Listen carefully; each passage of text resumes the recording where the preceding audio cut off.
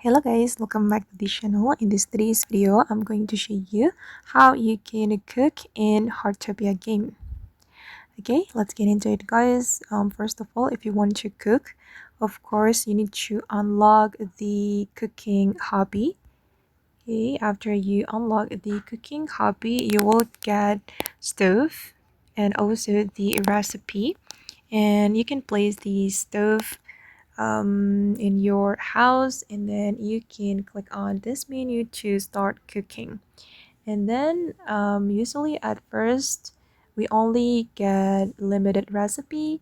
um, this is the first recipe that I get, the blueberry jam.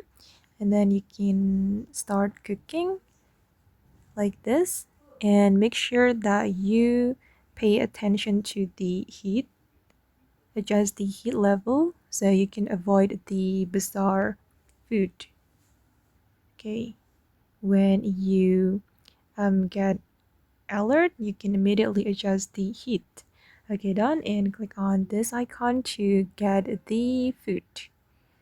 Okay, and now the blueberry jam is done.